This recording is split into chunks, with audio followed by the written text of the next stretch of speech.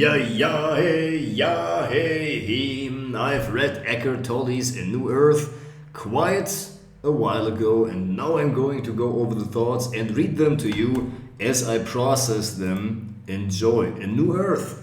Whatever the ego clings to is a surrogate for the beingness, and it cannot feel. Everything we cling to is because it meets our needs and makes us feel more alive. We might associate the likelihood of me feeling good with a ring, so the ring becomes a vehicle to my happiness.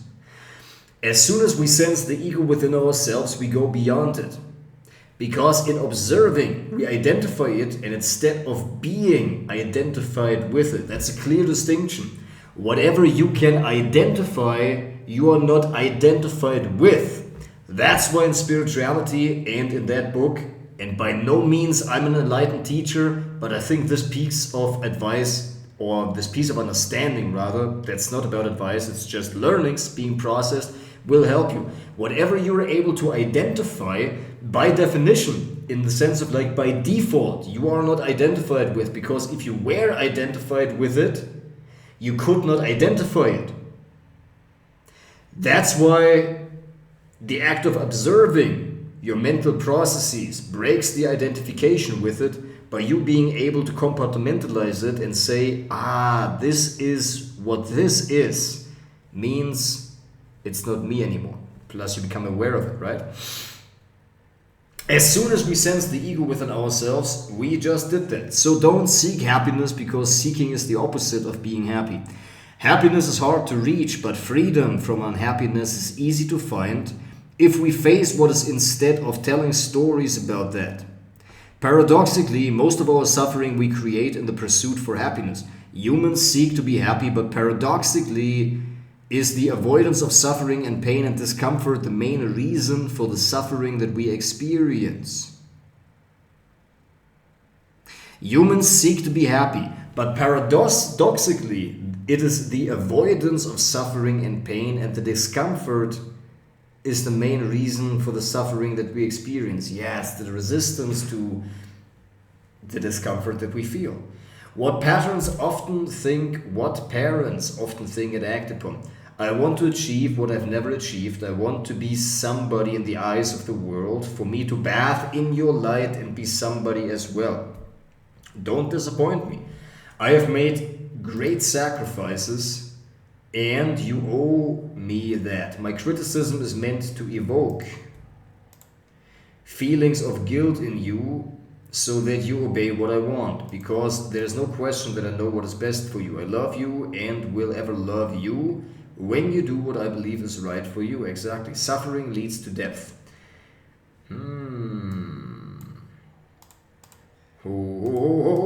To master your life is not a question of control, but a matter of bridging being and being human. Yeah, this is a great piece of content. Great. Certain qualities were needed for parental attention when we were young. Being superior to everything else, pulling their attention, can be prevented by parents being present without being pulled away by distractions and seeing the essence of the child. In this way, the child feels deeply seen when it gets attention and feels the difference in parents reacting towards a phone call.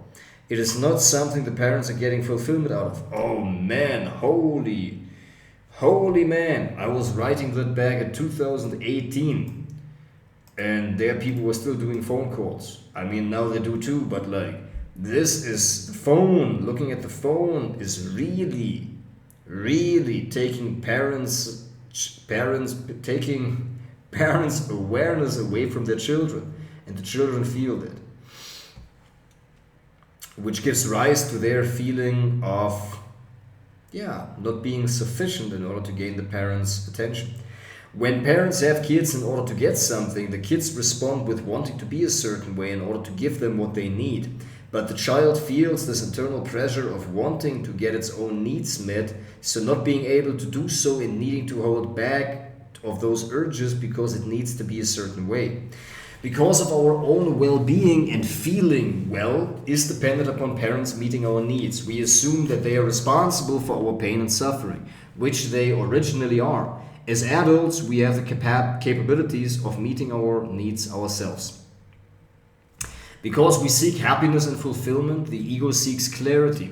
It reasons that clarity comes from finding ourselves. So it consistently tries to define ourselves by seeing in what way others or myself are different, etc. We reason that what feels good needs to be repeated in order to reach happiness. So we unconsciously are rewarded by good feelings for egoic thought patterns of superiority, being different, being better, etc. This contrasts our general feelings of being put down.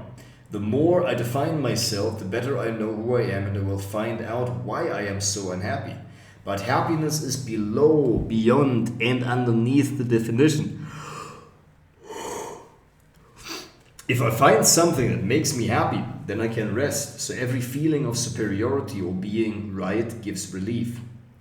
Our emotions, man, am I tired? Our emotions can be frightening in the endeavor to clearly pinpoint why we are unhappy.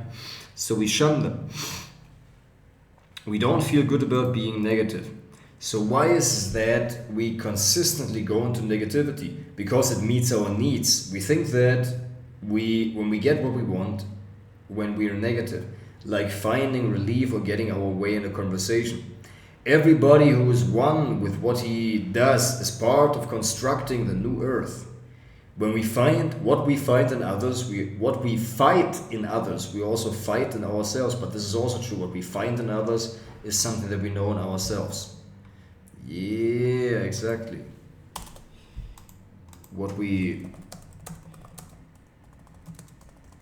in others is what we know in ourselves.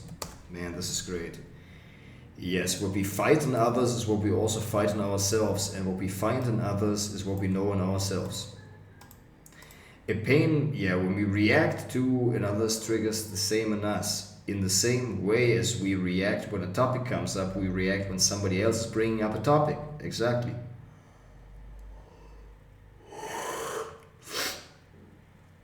A pain body consists of the unprocessed and in that way stuck negative emotional energies of the past.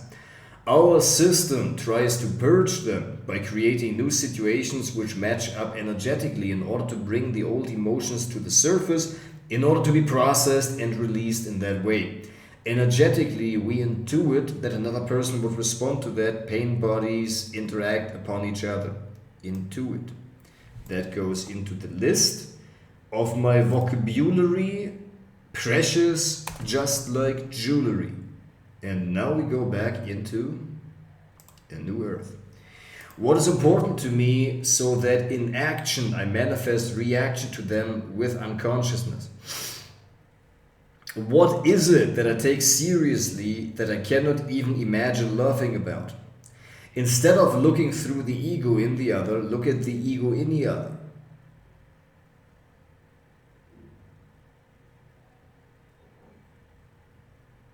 Look at your...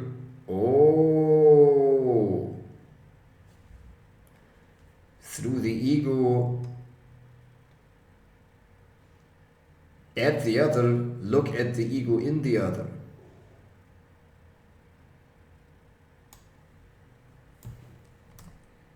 Through your... Instead of looking through your ego at the other, look at the ego, look at your ego in the other. This is good, man. Instead of looking through your ego at the other, look at your ego in the other. Oh, man. Yeah, buddy. The content is coming down. All right, in mirror work, you learn something about yourself that means about who you are. This doesn't mean that you know who you are. What do I think I am not getting from others? Give to others what I think I am not getting.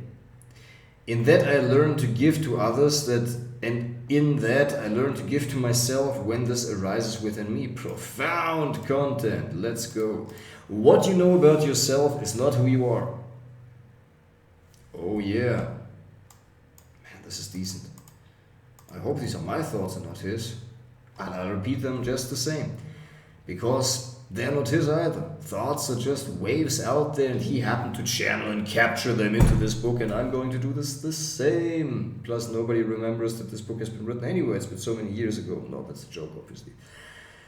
Oh, a distorted relationship with the present moment shows up in distorted relationships with other humans because it arises from the same root cause or root wound.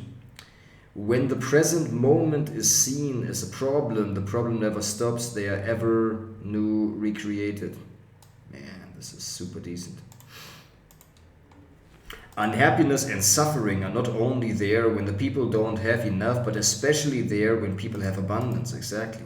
The ego, self-repair and self-renewal is more important than truth. Looking into the sky at night is a reminder by nature to bring us back to humbleness and realize the vastness that we are a part of. All suffering is due to an overemphasis of the form and a neglect of the inner peace. Just from the perspective of the form has the world heaviness to it. From the perspective of space, all forms change and disappear, and it loses its happiness and seriousness.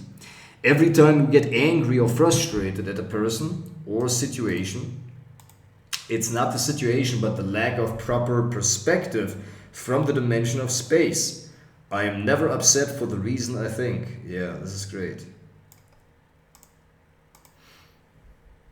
We cannot be conscious of space and consciousness, but we can be conscious that this is ourself. In entering an egoic point of view, we can conceptualize that and speak that, but we can only be ourselves and cannot be conscious of ourselves because ourself is the consciousness.